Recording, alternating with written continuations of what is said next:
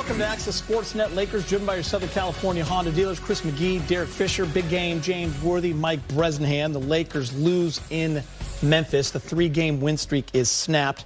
The Grizz, who struggled to shoot the basketball tonight, just 19% from three, relentlessly attacked this Lakers team. 86 points in the paint, 33 fast break points, guys. And without your two primary ball handlers in LeBron James and D'Angelo Russell, the Lakers, a season-high 26 turnovers, resulted in 41 points. Yeah, it was unfortunate that they had that many turnovers. I mean, I could see a higher number of turnovers, especially without LeBron. When you're bringing in different ball handlers, Schroeder started out, Reeves is handling the ball, and then throughout the 24-second shot clock, you have other guys that are handling the ball that might not be used to each other's tendencies. There was a lot of misunderstandings, mishap.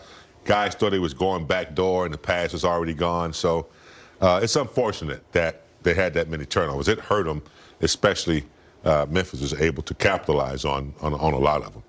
And you can anticipate a team that's still getting to know each other, and then you take out D'Angelo and LeBron, you can see that they would struggle, you know, having that connection, the chemistry, everybody being on the same page. But I think the bigger issue is not the number of turnovers, but when you start to reach almost like a 2-to-1 ratio of turnovers to points off, then that's also like guys kind of just like giving up on the play at times, or just a live ball turnover with poor floor balance. And note, like Memphis is one of the most difficult teams to turn the ball over in a live ball situation and get back and stop them from scoring. Ja Morant is electric in transition.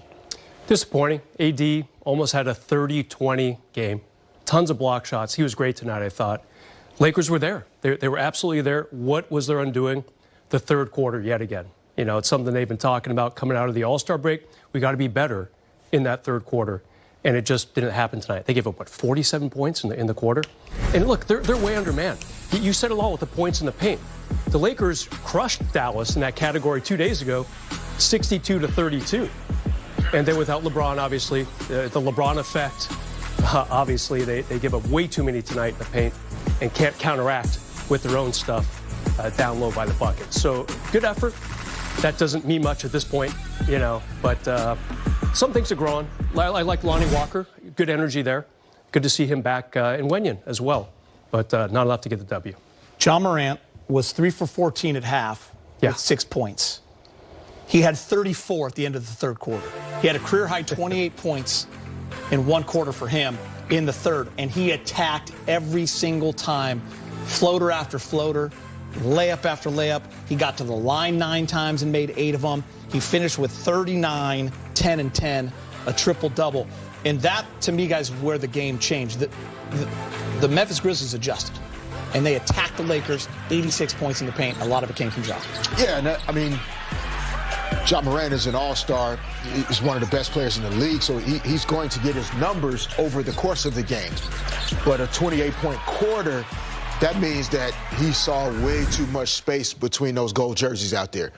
Anytime a player is coming down the floor offensively, if he sees head turns or he sees space between defenders, he goes. And so that's something that the Lakers would need to look at in that third quarter. How do we make sure we're showing more bodies, building a stronger wall, even if it is a turnover, to try and slow guys like Ja Morant down? And Brez had mentioned that third quarter, 47 points.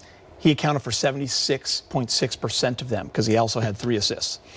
Yeah, you have to guard him by committee, and when he crosses half court, you have to kind of, like Fitch said, you got to be able to fill those gaps. The Lakers weren't willing to help, I don't think, too much off of anybody else. And one-on-one, I must have counted at least 7 or 8 times in a row. He just got 5, 6 feet. The floater was working. So, I mean, any other team with a really good player, you might have a chance. But this kid, it's something different about him. He's special down the stretch, man. And then he made the right passes when he had to, when they maybe doubled him or he saw someone else open. So, yeah, a lot of points in the paint. Then you talk about their bigs getting multiple opportunities, second opportunities too, because AD was really the only shot blocker and rebounder outside of Vanderbilt and Gable. But Ja is he's a special talent. And in the fourth quarter, for sure. And it just adds up, fellas, when 26 times you don't even get an attempt at the basket. Right? Like when you think about turnovers, it's not just that you turned it over, but that's 26 times that you didn't get a chance to score. You didn't get a chance to get to the free throw line, maybe get your defense set more often. And that's 26 more times that a really good team gets to come at you. And your margin for error is too small without your best players to turn it over that many times. Lakers will be tested. You know, they got to get ready quickly. They play at OKC tomorrow to finish this 3-game trip. OKC playing tonight, actually. They have a rare home and home on back-to-back nights. The Lakers, you know, they can't really be messing around too much. They got to say, hey, AD, great game. Lonnie, nice job.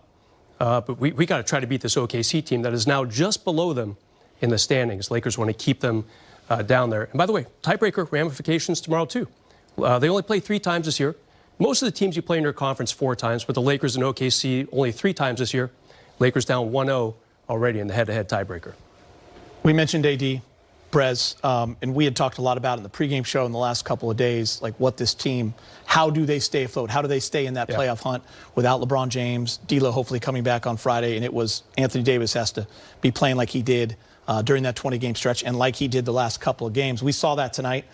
28 points, aggressive, got to the line 13 times. Listen, Memphis defends you tough. They double you, they throw length at you, they throw physicality at you. So getting to the free throw line 13 times is a good sign. 5 blocks, also 19 boards. This is one off a 20 rebounds fish. So AD came to play. Yeah, no, he was really solid tonight.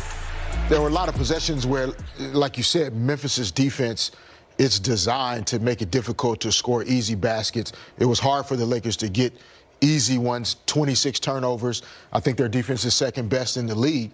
They get after you. But AD made the adjustments. He got to the paint when he could. His offensive rebounding was on point, blocked 5 shots. So his overall game was there. His greatness allowed for Lonnie Walker IV, Austin Reeves, other guys to contribute offensively. Just couldn't get the win due to the turnovers. I agree with all that. I mean, you know, I don't know how he got a -9. That's what I was looking at in the plus-minus, but A fourth quarter, third quarter, probably. Yeah, Third probably quarter, the fourth quarter. Yeah. But yeah, I mean, he did all he could do tonight without LeBron. Yeah, I mean, AD is starting to exert himself, I think, a little bit. He's healthier. He knows he's healthy. And, you know, blocking shots and getting down in the paint is something that they're going to need tomorrow night, Brad. Yeah, OKC playing tonight without Shea Gilgeous-Alexander. He had some foot stuff, and now he's in the health and safety protocols. So the Lakers might actually catch an injury break of their own. Obviously, LeBron probably not expected to play tomorrow. D'Angelo, maybe he's out too. Darvin said before the game he doubts D'Angelo will be ready to go. But if there's no Shea tomorrow, AD has to be that guy again. He will be by far the best player on the court tomorrow night in OKC. He's got to come up with another effort on back-to-back nights, just like he had tonight. All right, let's hear from